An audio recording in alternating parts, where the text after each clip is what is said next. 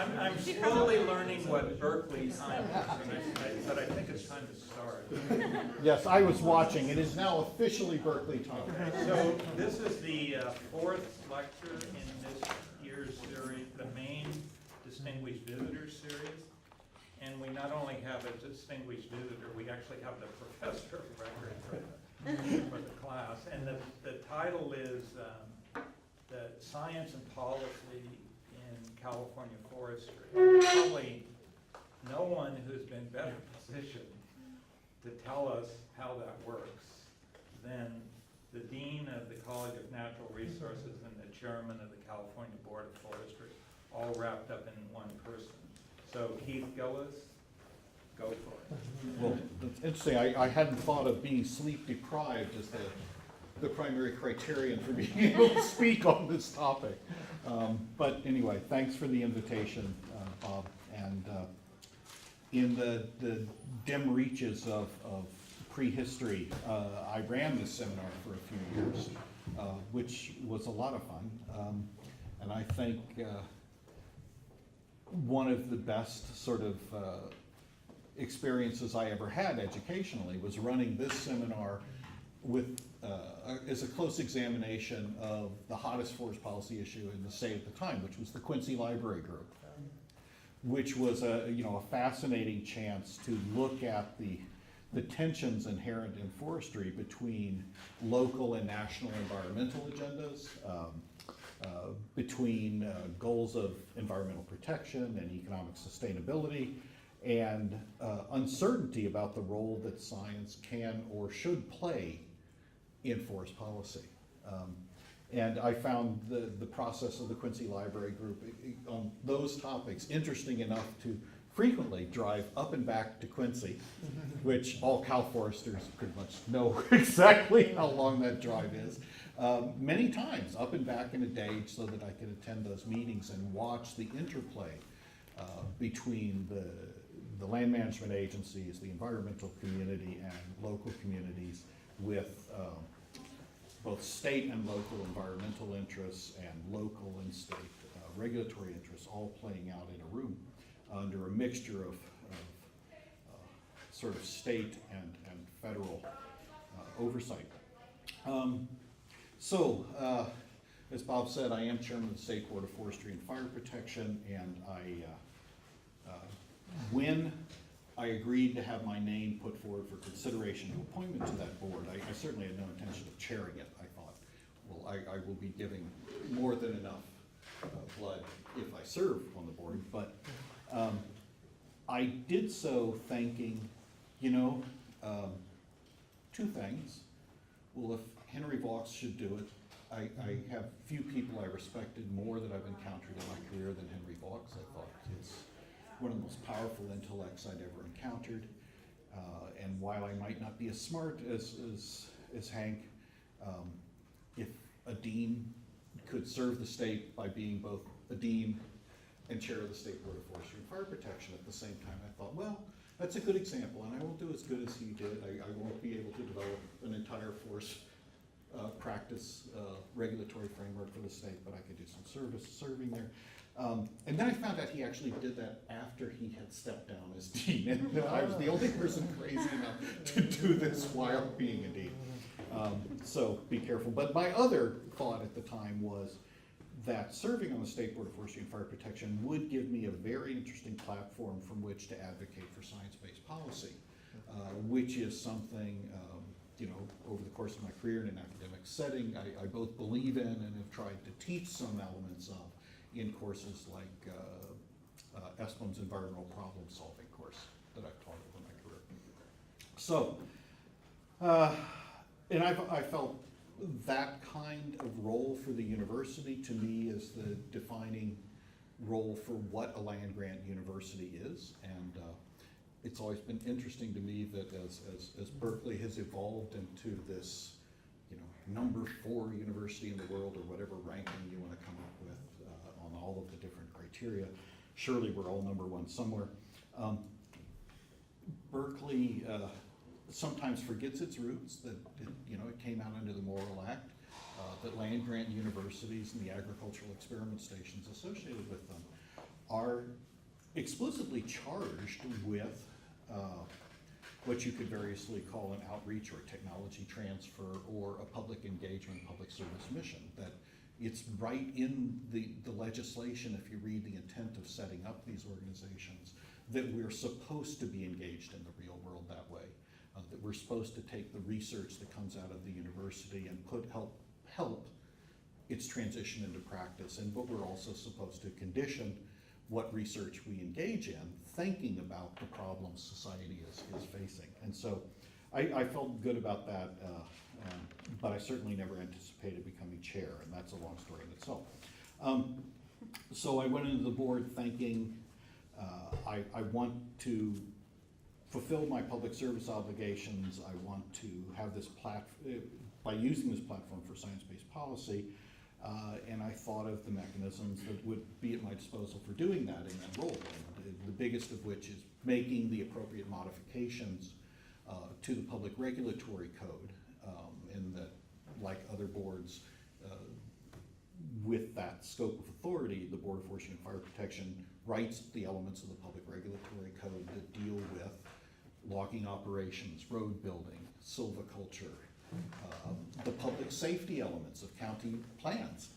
I spent a lot of time on Monday actually reviewing the public safety elements of the county plans for 2 different California counties, which we write how wide a turnaround do you need at the end of a 1-lane road. And so, and obviously there should be some science behind that, and where we encounter the need for science, we've actually tried to reach out and commission it. In the case of roads and their specifications, especially roads that are one-way roads, in the wildland-urban interface, there was a lacking science there, and given that the public life and safety problems associated with California wildfires are overwhelmingly associated with evacuations, right? We commissioned a study fairly recently down at Cal Poly by their transportation engineers to look at the whole issue of what kinds of specifications for roads would be necessary based on scientific inquiry to allow simultaneously the fire service to get in and the evacuations to proceed out. Because as we know, if you're local, there were 24 deaths in the Oakland Berkeley Hills fire, and basically those deaths were largely associated with problems with evacuation. That's the really tragic part of this. And in the Valley Fire, you saw again that you need some science sometimes to justify a regulation like that. That we had several people that wanted to stay a little longer to protect their land, and sometimes it helps to have some science to be able to say, we need roads that look like this so that you can get out, but then actually putting that science out helps with the cultural change that's necessary. That you don't want to have to go to people and explain, you're not leaving when we tell you it's time to leave, creates a critical resource drawdown where we're diverting firefighting capacity to public safety, right? And so, but if you can get this out in the public view and have some science to back it up, the conversation can shift from the emotion of the moment to what should be general practice in terms of ready, set, go, evacuate when it's time. So you just can't send in the sheriffs and have them move them? I mean, why is that a Board of Forestry issue at all? Because firefighters are frequently the people that are in there in major incidents. This isn't a small incident, but in something like the Valley Fire, you've got CAL FIRE or whatever the local responders are frequently having to go door to door to get people to evacuate. And so you want some science behind that in the same way that you want science behind building codes. And I think the one study in my life where I felt I could really explain to my parents why my research justified public tax dollars coming in was when Ethan Foote and I, Ethan was a former CAL FIRE fire captain who then spent quite a bit of time in the fire marshal's office later in his career, son of a Berkeley faculty member, law school. We did a study to say, what is the effect of vegetation clearance versus roof type versus a variety of other factors on structure survival? And, that, the science of doing that, which meant, in our case, for the best part of that study, going to the big Santa Barbara fire that preceded by a year the Oakland Hills fire, we were able to show just with stunning clarity that it didn't matter what kind of roof you had as long as it wasn't a wood-shaped shingle roof. Anything else statistically was very safe, and a wood roof meant that your home within a fire perimeter of a major fire like that meant it was already starting from only having a 50% chance of surviving the fire. And we were able to then add on to that by saying there's a continuous function of probability of survival. As you increase out to what the public regulatory code says you should have in vegetation clearance, that was in fact not pulled out of the air, that we were able to show that in relatively flat terrain in a chaparral environment that the survival percentage of homes within a fire perimeter was a beautiful asymptote going up to about 90%, as long as you had something other than a wood roof, and then did the vegetation clearance. The asymptote was right about at where the public regulatory code had said, which is something I found out over and over again in my career, that would have been based originally on expert opinion and the collective wisdom of people that engage in an activity and have many, many iterations of watching things happen is actually a very valuable kind of knowledge, even if it's not experimentally derived. And so at times I've tried to tap into that, as I did in a study where I was trying to build simulation models of firefighting organizations, where I needed to be able to parameterize how firefighting resources actually work in deployment. And there was no scientific basis for modeling that, because can anybody guess why, despite millions of dollars, there were no good numbers available for how fast a hand crew or a fire truck or a dozer could build fire line? Just never measured it. Oh no, millions of dollars was spent trying to measure this. And it's kind of fun. Well, one of the things is, what would it take to have an observer to be able to collect those measurements in real time? It would have to be a firefighter, right? You couldn't be on the incident unless you were already qualified as a firefighter. And if you were already qualified as a firefighter, and you were there with a clipboard and a stopwatch and a measuring tape and measuring how fast you could do a hose lay in an incident where there was any possibility of the hose lay not being successful in stopping the fire, what do you think the incident commander would do? Drop that, fill in the blank, clipboard, and pick up a hose. And so it was one of those, oh, that's why that data's all missing and why you get so few observations, and they always tend to be on less interesting fires. It's the same thing, Scott would know this, why is the record of 2 p.m. fire weather, if you go far enough back in the national fire databases, so scanty on bad days? People are all gone, probably.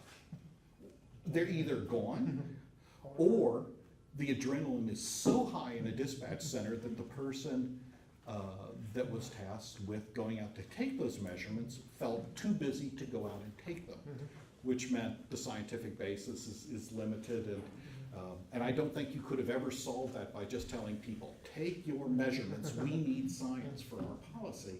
I think clearly the solution there was remote automatic weather stations that don't depend upon the fact that it's slow enough for you to go outside and take a measurement. You just want to take them. All right. Now, I'm going to go through some specific examples that are current here, because I think it's always important if you're doing policy to think about things which aren't already resolved. And things like, do you need to have some flammability standards set for roofs? Well, we actually did that, and I was happy that some of my research helped support overcoming resistance to building material codes. That's an interesting part of fire science, where each each industry organization will fight automatically any attempts to change a building code to their disadvantage. And they'll try and do fun things to the other. If you're promoting wood, you're gonna fight any attempt to restrict the use of wood in building codes. If you, and you'll say bad things about, say, steel beams. And if you manufacture steel beams, you could say bad things about wood and prevent anything. So you know, it's obvious incentives matter, and you always have to interpret input into the public policy process based on where it's coming from. Something I taught my kids from a very early age in terms of interpreting web pages. That before they could write anything down for a school assignment, I would tell them, now who wrote this page? And what is their vested interest in your walking away from this page with a certain impression? And let's interpret it in that light. And it is interesting that I'm asked, and I think to have this discussion be, you know, sort of a current one, I have to talk about an issue that is not resolved yet, like needing a flame-resistant standard for roofing materials. And that puts me in an interesting place as an appointed official, you know, from the governor's office. And in general, it has been my experience that sitting government officials in regulatory agencies are frequently the worst people to talk about issues like this because they have a role they're not supposed to step outside of. And I take my role as sort of the convener and moderator and the interface between the appointed members of the board and the public very seriously on the Board of Forestry. So at times, I'll be operating here sort of like I used to give as an admonition when I taught the introduction to environmental economics and policy, which is, you may think you know what my opinion is on some topic by the end of the talk, but I may well have just been playing devil's advocate in something I said, and I tend to only reveal on some critical issues to my students at the end of the semester after the grades are in what I actually thought on something, because it's not my goal as a teacher to give you an opinion, it's just to help you have an opinion and how to form them. Okay. I'm also very concerned in how you bring science into the regulatory process about the cost that policy decisions and the framing of them and how you comply with them imposes on landowners. I will state flatly for the record, not as being devil's advocate, that I am a strong advocate of working landscapes. I am an economist, so I do think in terms of rural economic development almost compulsively, and in fact, part of my research early in my career was very much about how the economies of resource-dependent communities actually work. And sometimes science there can come up with interesting things. Bill Stewart's dissertation actually came up with some very interesting findings. For instance, in some counties you thought of as timber-dependent communities when Bill was looking at whether or not the policy levels of harvest was actually connected to the gears of the local economy. What were the actual gears inside the economy of something like El Dorado County? And was it actually the harvest level of the national forest or the private lands? Or, you know, how big was that, even though it was a very visible part? And so that kind of science really matters too. And I think it was useful to the public debate to show that in some places, retiree income or assets transferred from urban places turn out to be most of the gears inside a rural economy. In other places like the North Coast, we have other economic activity which is not necessarily the visible forest activity, which is responsible for, say, 20 to 40% of the primary income, the outside income, in the way economists like me drive our models for rural income. You conceive of local models as being driven by outside money that comes in and creates local activity, and exports falls into that. So if you export out lumber, that drives a local economy. If you export something else, that drives a local economy, but something that brings outside money in. So that kind of science is very interesting, although not always easy to apply or estimate. At the moment of the current issues we're dealing with and what's the underlying science that would help us formulate good policy for the state. I'm certainly very focused on making sure that the policies and frameworks we develop for forest carbon are actually based on real science, whether that's the technical science of carbon flux or real science in the sense of how people respond to an economic incentive set in the environment in which they find themselves. Right? If I tell you I will give you a nickel to go move my car, and you're not particularly beholden to me thinking, well, I've got to have this vote for tenure, you probably won't go out and move my car, right? So incentives matter, and the incentives have to actually be analyzed in terms of, they can't just be directionally correct, they actually have to be of a magnitude that you induce the behavior that you're interested in. And I'm very interested in that whole carbon issue because while I think forest management is only one part of the answer to climate change, I think locally it could be a rather important part and one of the more tractable parts. So I think it is worth getting our policies right on forest carbon. So for that reason, I actually am putting a fair amount of my time right now into something called the Forest Carbon Action Team, which interestingly enough is an attempt to get many competing people on the same agenda as to what the scientific and economic basis is for the framework for carbon.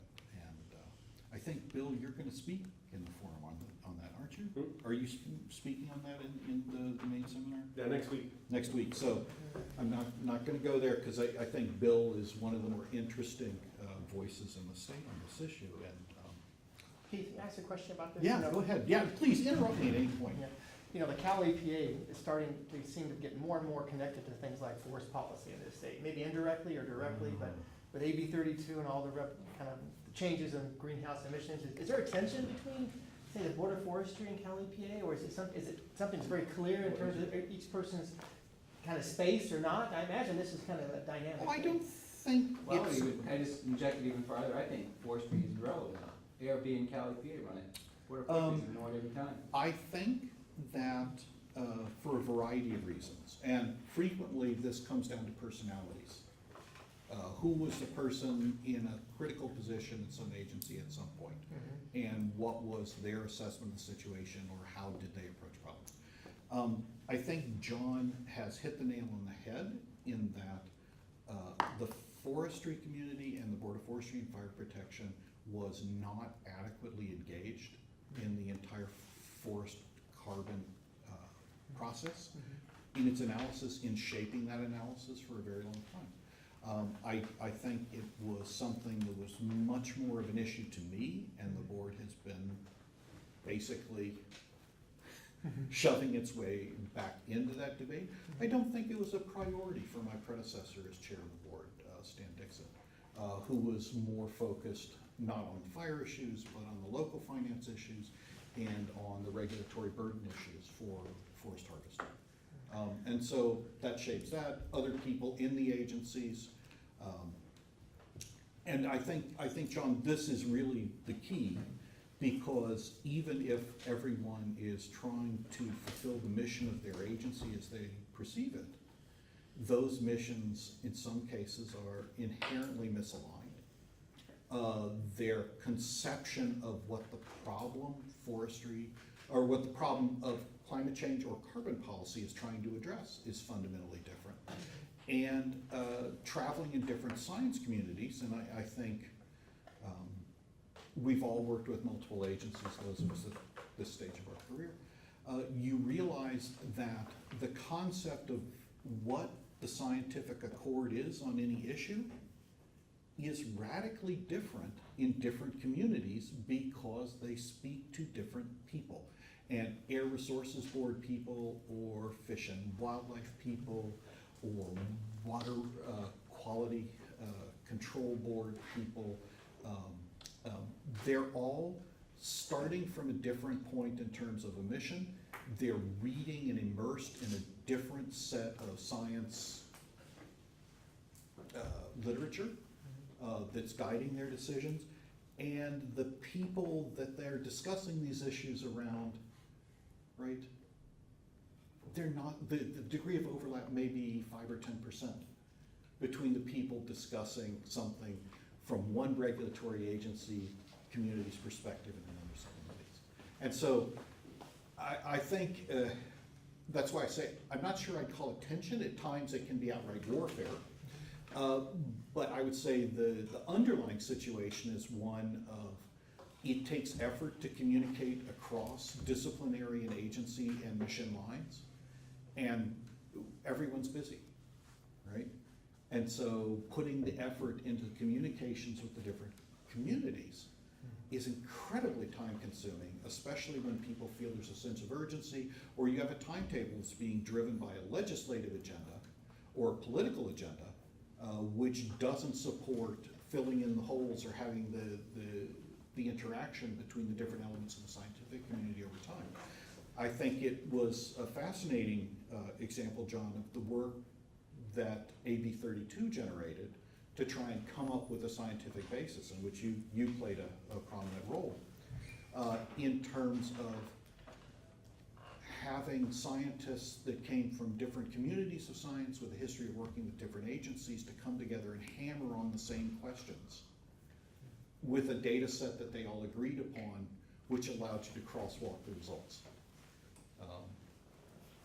That just reaching that point in a critical thing as to whether California's AB 32 made sense requires you to start your separate analyses from an agreement on what data you would call valid as a base case.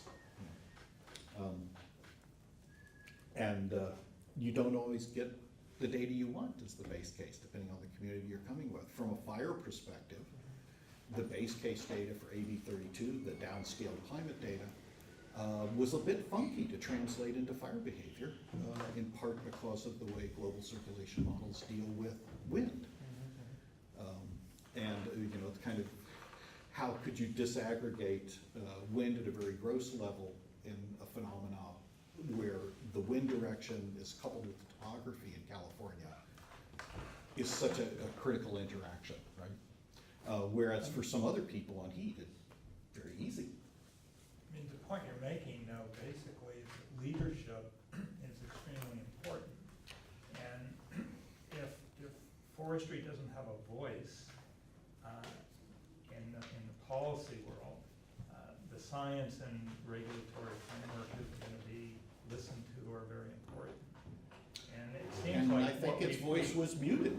Yeah, and it seems like our voice needs to be re-energized in a sense, which is one of the themes of this set of talks. Well, it is, and there's an interesting issue of resources as to how you find your voice there. The forestry research community is actually relatively small. The number of people who are willing to do some scientific work on a forestry issue is relatively large. But as someone that is both an economist and a forester, I'm always amused when I work with economists that don't have a background in forestry as to the underlying assumptions. And economic analysis, no matter how good the deductive process it proceeds from, is only as good as the underlying assumptions. And if you start from making assumptions which reflect a lack of familiarity with the system you're working with, you can generate very good science based that has actually no value or is misleading. And so it's a small community, and it's not always in the interests of people that are in prominent positions to act as a leader. And this is something that you'll find over and over again if you go over to the political science department here or the Goldman School of Public Policy and study, for instance, how agencies work internally. And certain kinds of leadership can have a reward. Certain kinds of leadership can actually be quite problematic if you have a career arc within an agency you're trying to build. And I would imagine, Bob, that you saw that repeatedly when you were in Sacramento, and Bill, I imagine you did as well. I don't know, John, what did you feel about when you were in your SAF leadership role in terms of the willingness of the top nominal forestry voices to engage in the hard questions about science. I think the forestry voices were willing, but the audience was not interested in hearing at the congressional level. That can always be a problem.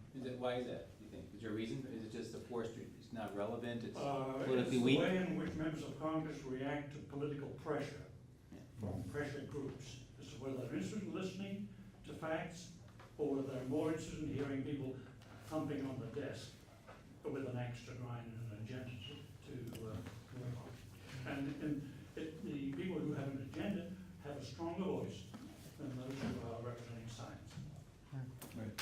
So, to come back to the issues before us in the immediate sense, I wanted to talk about two issues that have come before the board, in which I felt science took us in very different directions. The first is marijuana.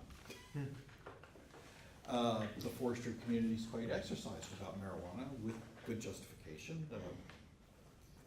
A feeling of a loss of safety in the woods, which is probably not as, in reality, as high as it actually is, but if you study human perception and reaction to risk and the whole axis of dread literature on how we perceive and condition our behavior on risk based on its understandability and controllability, why do we ride motorcycles without helmets on, but spend a great deal of time worrying about Alar on apples. And there's actually a good science to how people react to risk.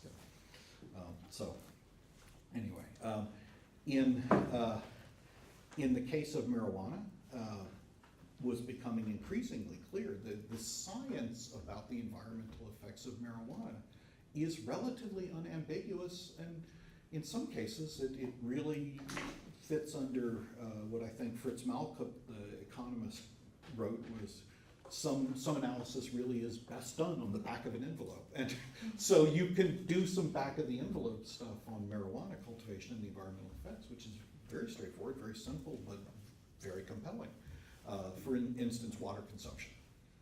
That it doesn't take much to figure out what marijuana plants actually use, and if you can come up with an estimate of the number of plants in any given watershed, you can actually come up with a pretty accurate estimate of consumption. I would say easily within a confidence interval of 10% on some watersheds. You could say, what's the water consumption in different parts of the year? Yeah. I was gonna push back on that a little bit. So I've been working on marijuana. Right. I don't think I guess I'd really question whether there are any good estimates of any of these things. And when I've tried to write grants through A&R and talk to people at NSF, and nobody will touch it. Nobody will fund us to do anything. Which is actually exactly why I say some calculations are best done in the back of an envelope. Yeah. If in fact you have a range of estimates that's based on, say, a Google Earth count of marijuana grows, and a rough estimate of the number of plants per grow based on its extent, and an estimate that is not from the moon in terms of the water consumption of an individual plant, you can do a calculation which, for policy purposes, you can quickly say, is this material or is this not material? And if the back of the envelope calculation comes up and says, you might be diverting in this watershed 30% of the low stream flow, then you'd say, well, even with a fair number of, the chain of errors in my calculations, my back of the envelope would say this is policy relevant, right? I don't need to know whether it's 22% or 43%. If I'm saying within some confidence interval that could be kind of wide, it's material, then I say that's enough science to say this is going to be an environmental problem relative to what we would think a drawdown of similar magnitude in the low flows because of drought or something would mean in terms of anadromous salmonid protection, is what I'm saying. So it is, and the same holds true, I say, some back of the envelope calculations, you're not going to know precisely how much money is flowing through a local economy to say what is the absolute financial impact or the distributional impact of a change in marijuana cultivation. But you can get some indications which are close enough, and I think when your father put a map of seizures as opposed to a map of production in the California Handbook of Agriculture, I thought that was really quite an eloquent statement as to sometimes actionable data is not something that looks like what comes out of a classic hypothesis testing or high-level measurement. It might trigger something to confirm, though. And I think what you're hitting is an unfortunate situation of where the lack of articulation between state and federal policy makes it very tough to say, what do I do with a preliminary indication which says the water drawdown is material to our other economic objectives, like protecting anadromous salmonids. So that's an interesting one, and in some cases, qualitative data, I think, is all the science background you would need to say, is there actually a significant problem here? And in this case, if we're using pesticides, if we're basically putting rat poison out there in levels where we can find evidence of it in species of concern, then you can say, if it's bioaccumulating here, particularly in species of concern, I may not be able yet to make an estimate of the population dynamics impact, but I have some indication this is policy relevant. And we had some hearings on this before the Board of Forestry, which was of some concern because the policy environment in which we might use information like that, interestingly, has two problems. One is what your policy objectives are can't be resolved until you resolve the issue of the lack of articulation of state and federal policy. And we have this profound lack of articulation of state and federal policy, which is going to prevent your coming up with a science-based policy because you can't agree on your overall goals here. So I think people not funding a study like you're proposing, Van, in part is this punting, is we try and see the policy environment clarify what are the goals we might be trying to pursue, and then what science might be relevant to grounding those, the alternatives with which we can pursue those goals. The other thing is, as a group where we're trying to do science-based policy, we are a policy board and we're not an enforcement mechanism, right? And in fact, many of the laws that are most significantly violated by the current kind of marijuana culture on the North Coast are not really things that are something that would be enforced necessarily by the actions of the agency or the policy board for. They unfortunately fall into that environmental crimes category where multiple agencies have jurisdiction and the penalties are relatively low for violation, and the enforcement apparatus never envisioned thousands of people openly violating the law. So even if you were to go to every marijuana grow and try and enforce a point discharge permitting requirement or something, the ability to move those cases forward through the system would be financially overwhelming. And so it sort of fails if you look at the economics of law enforcement on two grounds. Just sort of think of a speeding ticket, right? There's two dimensions to how effective that is in controlling speeds. One is the size of the penalty, and the other is the probability with which the penalty will be assessed. And in fact, it's not even the probability with which the penalty is assessed, it's the perception of the probability on which the penalty will be assessed, which you can manipulate with some things like staging a massive lineup of police in some area where you get a whole bunch of people in a community and they say, oh, I got a ticket to their neighbor, right? So you you can manipulate the perception of the probability, but you also have to penalty such that if the regulatory penalty is enacted, that it actually comes at a cost relative to the activity you're engaging in. And the rewards, the financial rewards to this particular activity, which is in some sense legal, in some sense questionable legality in this state-federal lack of policy articulation, the penalties are relatively low relative to the economics rewards. So it's an interesting problem. So in the end, I was in Fresno for the last 3 days, and thank goodness the drive back was easier than the drive down. I was able to travel at a rate where I was testing the hypothesis as to what is the probability with which the 65-mile-an-hour speed limit would be enforced, all the way up to 5 miles from campus.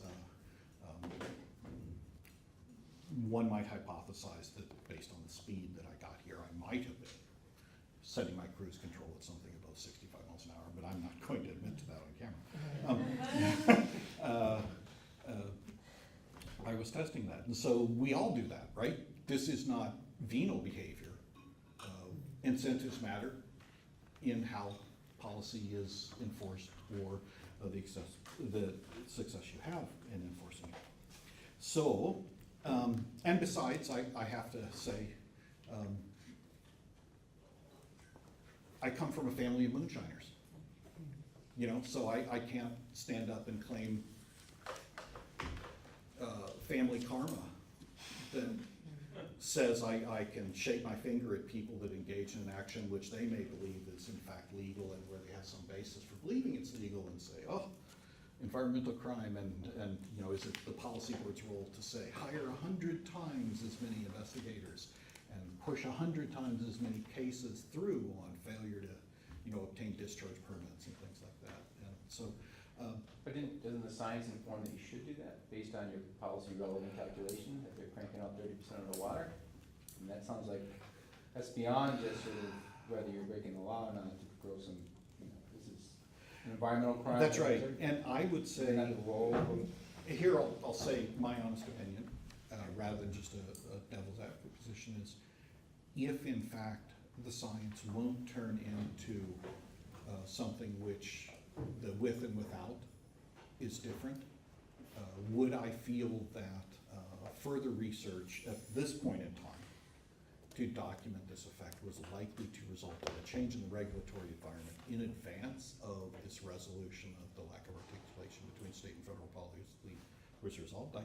I'm quite dubious that it would. I just want to know how are you going to get the state and federal government on the same board if you don't know the extent of the issue? Oftentimes that's when it's effective, when one party says, look, this is a major freaking problem that crosses borders. And so if you're not doing it, if you're unwilling to do it, then how do you implement science-based policy in this role? Is that a place where you should do it? At least one actor should do it? Honestly, I think the problem here is that we as a forestry community, or as a wildlife community, or a water quality community, are focused on something which is not the underlying policy debate, and where our concerns are not going to be the determinant factor in how the difference between state and federal policy interact to determine what is legal and what is not in marijuana cultivation. That, you know, you can produce a lot of good science, but if the science in a political process doesn't address the underlying political problem, and you don't have some kind of legislation like the Clean Air Act, or the Clean Water Act, or the Endangered Species Act in some cases, all of those are thou shalt not kind of legislation, which is never in practice thou shalt not. It's actually always more of a negotiation. The issue here is more likely to be resolved out of something like the bipartisan agreement that was announced today to radically change mandatory federal sentencing for drugs, right? And so if that kind of a policy environment can be resolved, then we can focus, I think, on the environmental issues here. In the meantime, it's very tough. And I think the degree of uncertainty is clear with some of the marijuana enforcement actions that have been taken recently, like does tribal autonomy extend to engaging in what is projected as, you know, legal medical marijuana cultivation activity at a very significant scale?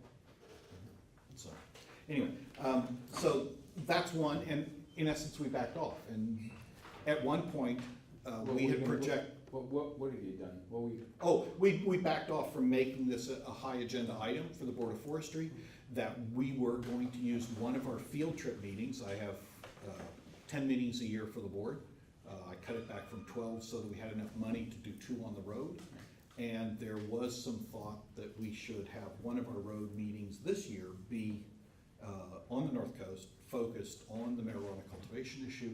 And I decided that it wasn't a place where I could push forward a science-based policy resolution successfully at this point in time, and that it was more important to focus on the other issue, which is the pattern of fires and what we might do about it in the state. And that's why I've been in Fresno for the last 3 days. And because I thought that was a much more appropriate venue in which to consider this, which is, yes, indeed, double-sided, and is such a large document that how many of the younger people in the room had the mitten read to them as kids? Did you know that story that come in just after you? One of the best kids' stories going. Kid loses their mitten in the forest, and a mouse finds it. Ooh, this is great, and somebody else comes along and goes in and says, oh, there's room for one more, and it's finally, at the final point, a bear comes along and tries to snuggle into the mitten, and the thing just explodes. And the kid comes back and finds it just as yarn scattered around the forest. And this was one of those where the binder that this was distributed to the State Board of Forestry and clearly illustrated that, when it got to the point where the bear tried to get into the mitten. And so this is the preliminary draft programmatic environmental impact report for the state's vegetation treatment program. In the parlance, this is the VTP EIR. And I had the board spending 6 hours discussing this document at the meeting we were at in Fresno. And the complexity of trying to come up with a science-based document is really manifested in this, right? That there's nothing like the California Environmental Quality Act, a CEQA-related EIR, is really that's the battleground in many cases in which the interface between science and policy is fought out. And this is living proof of this being, where the rubber hits the road on that. And it illustrates all of the problems of trying to develop science-based policy. There are people on the faculty here who would know, but of the students, a programmatic EIR is where, rather than do an EIR for a specific project, you have a cluster, a program of projects which are inherently very similar in their impacts. And so you try and generate a programmatic document for those related projects, which will reduce what an economist would call the transactions costs of actually producing a plan which is compliant with all the environmental regulation to do something. And in this case, it's a programmatic EIR for vegetation treatment programs, and in particular for things like prescribed fire, mechanical treatment of fuels, construction of fuel breaks, the application of herbicides. So all of those activities that would fall under vegetation treatment across the 31 million acres of state responsibility area on which CAL FIRE has primary authority for this. That's what this document is trying to do. So it's trying to get an overarching umbrella in which you can do these vegetation management activities, which might be helpful in addressing the current, what I would say is an unnatural and undesirable, but not inevitable pattern of fires on the landscape. This is the attempt to have a science-based policy to address them, where by putting more effort here, you can move forward more expeditiously at a local level and actually do projects which are compliant with this. Keith, does that include comments from stakeholders? This is not the comment response. Okay. This is just the document. how many pages is it, roughly? Oh, it's process. 1,400, I think. Yeah. It's, who's counting? Yeah, no, but the public comment part is interesting because that's a big part of the public policy process. And actually, my first movement out of genetics or field kind of forestry into forest policy was working on a similar fat book. And that in the late 70s, I was working on the Chippewa National Forest, trying to do the economic analysis for their forest plan that was under preparation, having had no economics training at all. Because at that point, I was basically a tree geneticist who had no fear of math. And so I was doing analysis. And public comment, I learned in that process both the importance of good data and that public comment can be useful or not useful, and how you deal with it is very tough in a scientifically driven process. And on that forest, the largest public comment I got, I read, and by the third page I said, okay, I'm channeling Yogi Berra, this is deja vu all over again. This sounds so familiar. And then I realized what it was. It was something like an 80-page comment, which was the policy statement of the National Snowmobile Association, reprinted as a letter with an introductory and concluding paragraph, submitted as a comment on a NEPA document, which, you know, the federal equivalent of this. And that allowed me to dismiss it as not a valid comment, but we had huge valid comments. And so I learned about public comment. I learned about managing public input in the process, because our biggest management problem on the Chippewa was we had one of the largest populations of bald eagles in the lower 48. It's a beautiful forest, great blue herons, tremendous diversity of orchids, because the Chippewa is quite a boggy area. Very, very micro populations of these beautiful orchids. So everything that was driving them, and you know, no market for the aspen there at the time, right? You know, aspen silviculture on the silviculture, the Chippewa at the time, speaking facetiously, was it grows, it gets cankers, it falls over, and it sprouts back up. You know, so that was, without a market for the aspen, that was kind of the way you grew it. But also all the interesting problems were environmental protection problems. And how do you present a management plan and say it's science-based to the public when you can't show them on a map where the things you are protecting are actually located, because the public would go and love them to death. You know, you don't want to put the bald eagle nests on the map, and you certainly don't want to put the rare and endangered plants on there if you know anything about the trade in rare and endangered plants that drives especially some carnivorous plants to near extinction in some parts of the United States. So public interaction is also difficult. And it also trained me that you have to question the data on which your science is based. Because I'm sure the person involved was long retired because this was so long ago, but there was at least one period in which the recreation visitor days on the Chippewa National Forest were estimated by taking a calculator, looking at last year's report, and multiplying them by a growth factor. So there was no underlying year-to-year data based on observing the counties or the number of cars rolling in or something like that. And so questionable data is always anyway, a bit of a diversion, but in this case, fascinating example of what is a document like this relative to the role of science in policy formulation. And one of the things that I was trying to work through in the workshop we held on Monday in Fresno on this document was, what is actually a programmatic EIR? So let me call one of the faculty and say, give me a concise definition of the role of a National Research Council committee.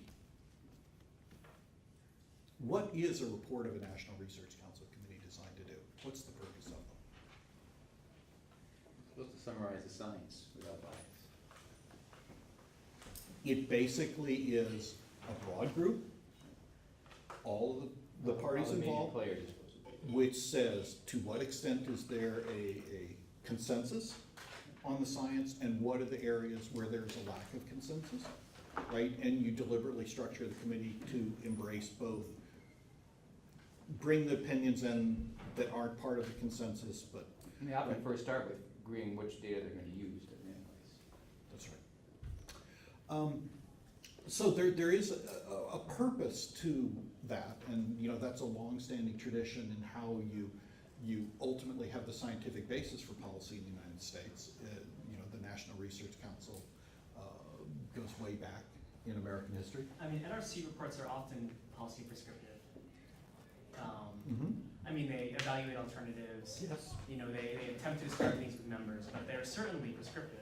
They can well be, because in fact, the purpose there is scientific consensus, and what would the policies that might emerge from that. They're not NEPA documents in the sense that they don't come up and evaluate alternatives in a NEPA framework, but they are certainly a major input later to elements of documents that go through NEPA review, right?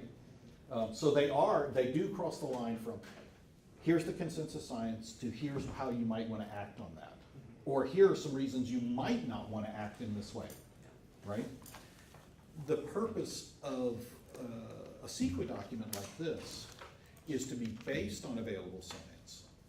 But if you read into the legislative guidance behind this, it needs to be based on science, but it is not a document designed to resolve issues in which, you know, a consensus does not exist, or where there is a question within the scientific community or between the scientific community and stakeholders. It's not a document which is trying to say this is what science tells us about a critical question. It's something where you're trying to make sure that the actions you might take are grounded in science, but it's a fine distinction, but it's a critical distinction.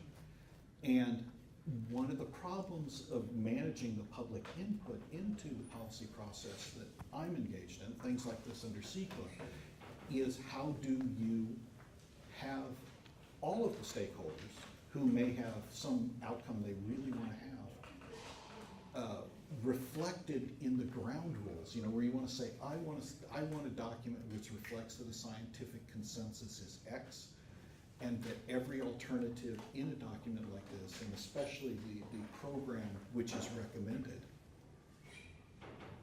is stemming from a consensus that I agree with, right? That's tough, and it's very unsatisfying, but this is what happens when you put squirrely guys like Keith Gillis in positions where the board I chair has to actually say, we feel this programmatic EIR is based on sound science, has alternatives which are feasible, which span the decision space, which is relevant, and which what the public needs to engage with the policy process is presented here clearly, so that we can put this out and engage with the public and come back with a program. Yes? I mean, you introduced this though with the statement that the current fire pattern is not inevitable, which to me said that if we would have been doing vegetation management earlier, we would have a different fire pattern. So the fact that it's taken 25 years or whatever to put this together, and that's the only avenue we have for bringing science and consensus to this California problem, seems to me to be a problem that you ought to be addressing. I could not have had you bite the hook any better than that to wrap this up, because that's exactly where I want to go. I said this is a statement of my beliefs, and I have been very careful always to qualify that statement in that way, that I do not believe that the pattern of fires that California is experiencing are natural, desirable, or inevitable. that's a statement of belief on my part. It would be interesting to hear from you guys. Do you actually think there is a consensus within California on whether or not that is a true statement? In particular, the statement that the pattern of fires we are experiencing is not desirable, and I don't mean in terms of economic losses, right? Of course, economic losses are bad, but, and are they inevitable? What do you think? How close to we, as a community in California, are we to a consensus that the pattern of fires we are experiencing are undesirable, but not inevitable? You from the science community? Yes. Start from the science community, but it isn't just the science community's opinion which matters here. But within the science community, how close are we to a consensus? I say 95%. It's not as crazy as the climate deniers, but there's only a small group of Mhm. scientists who contend that it's not Mm-hmm. something on whack. Mm-hmm. But they're vocal, Yeah. well, and they're organized. They're not very many, like you say. Well, I'd say Baker's probably the most effective. Sure. He's goes to the science the most. Mm-hmm.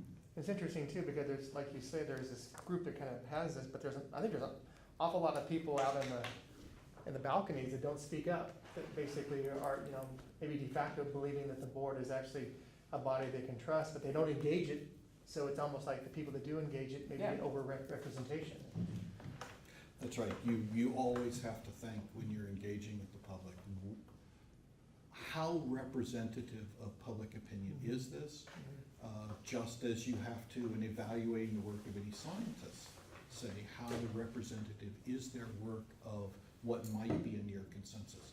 And on many issues, I think, in forestry, there is something close to consensus. I think that, Right? What do you consider consensus? I think there's consensus. I think there's not unanimity. I Not think, unanimous, but- that's right. Well, unanimity is not achievable because human nature is such that if you're in a room and one person after another says the sky is blue, someone will be wired to say, well, I'm not so sure about that, right? And in fact, we all have colleagues that behave that way relative to science. I think frequently we're closer to consensus on some of the issues than the public rhetoric would imply. Are economists generally in agreement? What's your impression from what you read in the newspaper? Do economists generally agree with each other? Right, the answer is actually we do. That in attempts, there's a wonderful study in the Journal of Economic Literature that was a few years back, in which they said, what are the substantive questions that economists are addressing in microeconomics and macroeconomics? And to what degree are the economists in consensus about what our way of, our conceptual framework says about those issues? And the answer was about 95% agreement on the issue. And the issues where we weren't in agreement were issues where the underlying disagreement was frequently one that was grounded in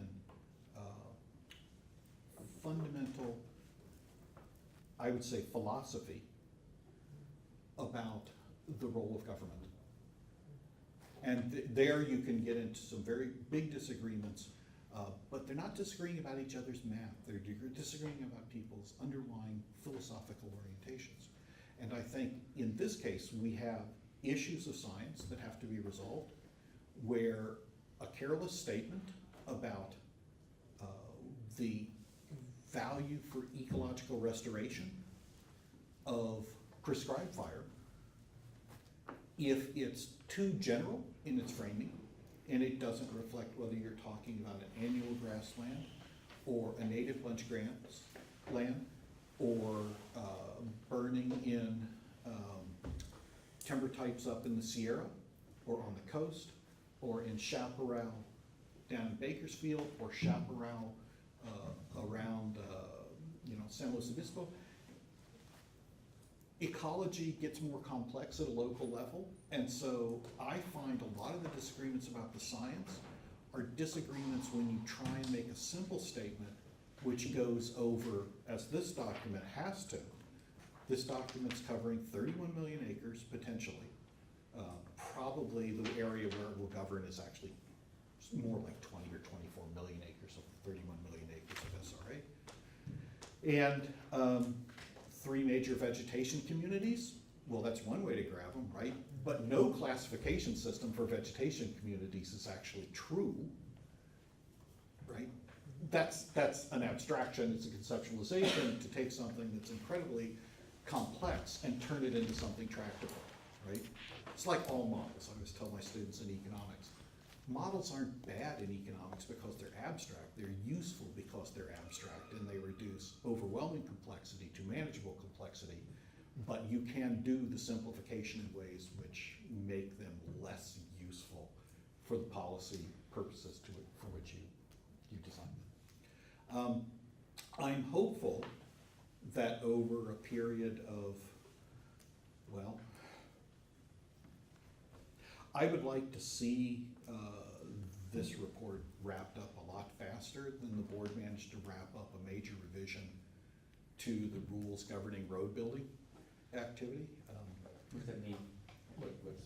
Well, it took the board because of fundamental controversy over the costs and objectives of how we would restructure the rules on roads, especially in the North Coast.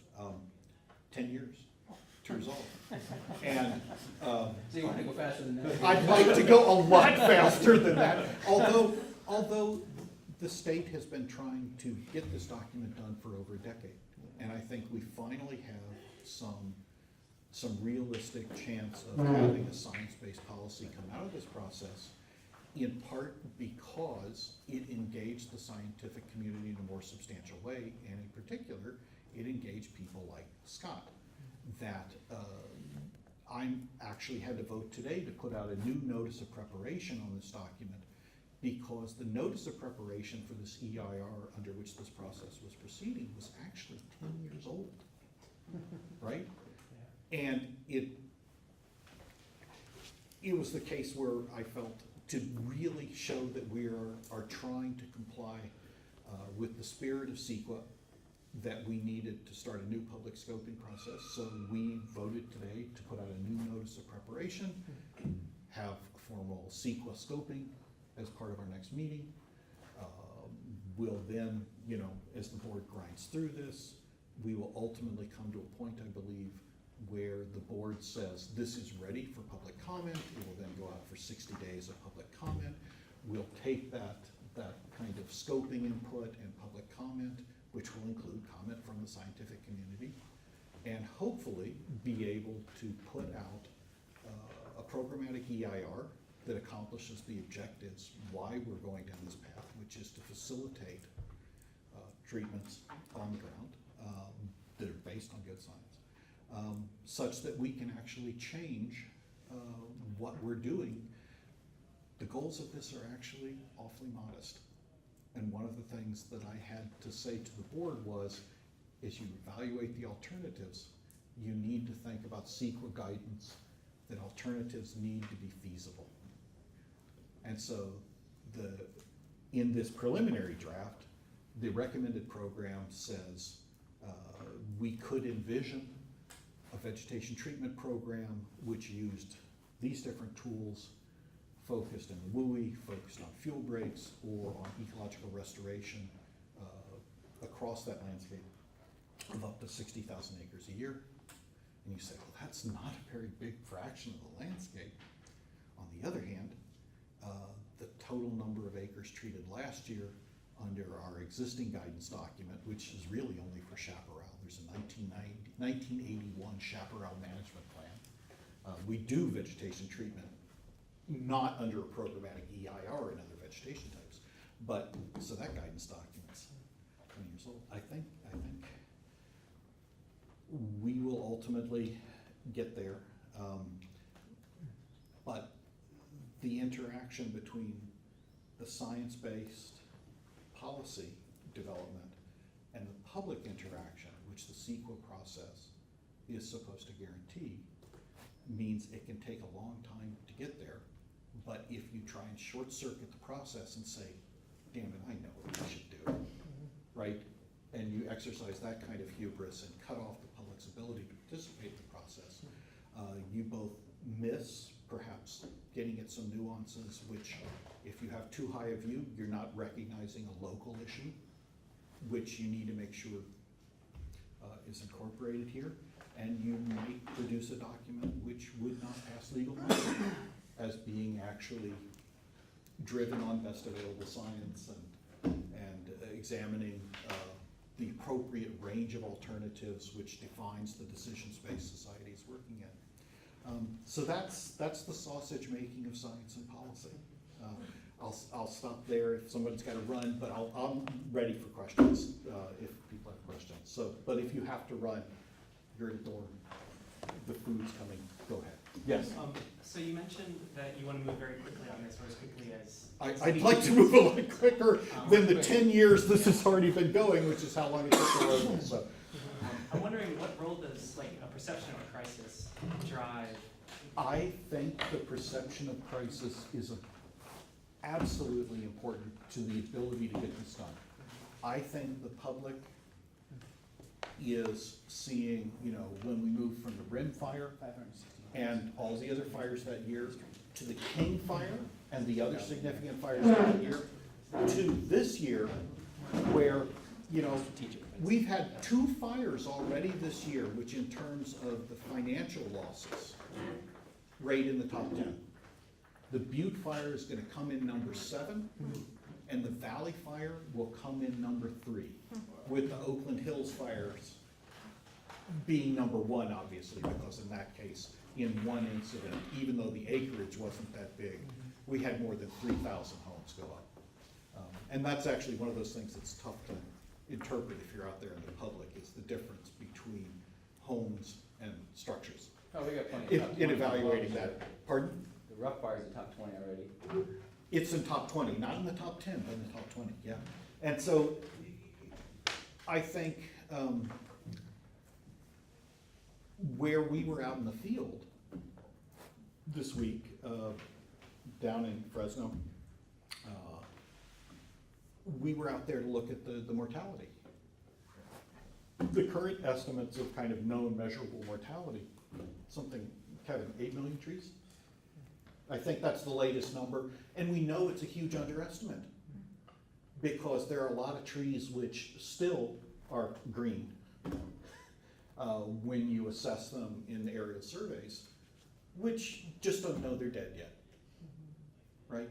So the ultimate mortality will be tremendous, and that mortality, how we deal with that, the difficulty of dealing with that mortality, I think it will convince the public that there is a need for action, even if the scale of what we could do under this is modest, but I think it could move us forward. And if in fact we move to a regulatory environment in which the costs of engaging in projects is reduced, and you can actually come up with the financial means on an ongoing basis to have an infrastructure to deal with vegetation management. And that's a big problem, because this is one of those things where you have episodic bursts of funding. So we treat it as though it's always just an acute problem, when in fact it is a chronic problem. And we have never developed the policy infrastructure to fund a realistic level of vegetation management on an ongoing basis. We'll tuck some into the Recovery Act, or we'll, and in this case, there's one program where I believe Congress has authorized, I forget whether it's 200 million or 400 million for disaster response, which could help forestry. The FEMA bill? I think it was a FEMA bill, but actually they appropriated. Oh, right.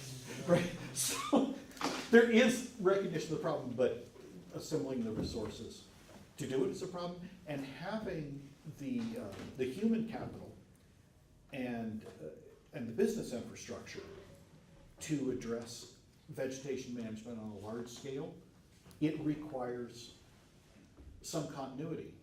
one of our big problems in dealing with vegetation management now at a scale that's going on is that we've had so much salvage that frankly, most of the sawmills don't need the wood from salvaging from these fires. So the fact that you could theoretically capture the value, much of the value of the standing timber if you were able to do a salvage sale within a year, doesn't mean there's any place to send those logs.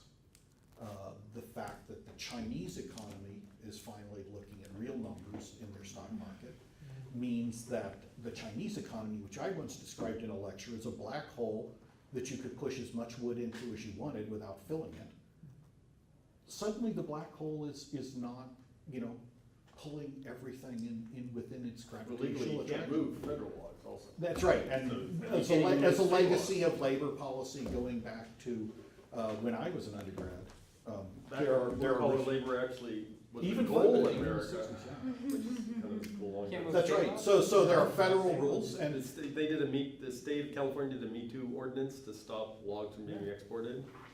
When was that? that's right. Huh? And so some of these 70s, so they're policies. stuck, they can't export any. We had attorneys at the university That's right. who thought we were a state forest, so I spent a fair bit of time arguing with them because It's a we had to big, explain to big them. policy It was a issue $50,000 driven by claim labor that politics. they were, in the West. there's a lot of lawyers that actually can't read the law very well, so. But there are solutions that could come out of that. If the Chinese market comes back, if you produce cans, because one of our problem is, not producing something that's appropriate for a foreign market. And we had the safety valve of being able in an emergency to send cans out, and there was a market for them. You might be able to combine some kind of residue treatment with that market. So there's a lot of stuff like that that we need to develop, but it's expecting people to invest millions of dollars in infrastructure for bursts of funding is unrealistic. It's just, right? And actually I have a map in my car of the number of sawmills in the state. I actually wrote that down for you. 1972, there were 176 sawmills. There are currently 30 stationary sawmills in the state. Now they're bigger on average and they're technologically more efficient, but it means the haul distance has gone up. So if you have lower value products, it's very tough sometimes to find, even if the mills would take it, an economic hauling distance for the mills. Yes, great. I wanted to ask you just about if there's any thought of public efforts to reach out on a broad scale to the California public about in the long term what we need to do to, this management program is really good, but probably we need to even think about expanding it. The problem is that the public's been convinced for so long that if you touch a forest, you're basically, that's next to a crime. And now we're talking about actually doing some management of it to reduce, the vegetation, or change the vegetation structure to reduce likelihood of some of these catastrophic fires. But don't we need a real public outreach to convince Californians that this is a good idea? I think it's true, Greg, and my only hope is that the current series of losses will actually move the debate beyond pictures of air tankers on the 6 o'clock news, right? That we have a communication about this, which is all driven in terms of the suppression mission. And I'm also hopeful at a national scale that the report that came out, which said we reached the tipping point, and the Forest Service is now spending more than half of its budget on suppression, and that if you do a relatively straightforward look at the dynamics of that growth in the share that's going to suppression, that it could rapidly go up to perhaps 75% of the Forest Service budget. And you think that kind of an underlying lack of addressing the core problem as opposed to addressing the symptoms, that could get some attention in Congress. At the state level, I got into fire policy after I'd been mainly an econometrician back when I was hired. I was all, trade models and models of the North American paper industry and stuff like that when I came to Berkeley, and I got into fire is an economic question because someone from CAL FIRE came down and knocked on my door and said, "Oh, can I talk to you?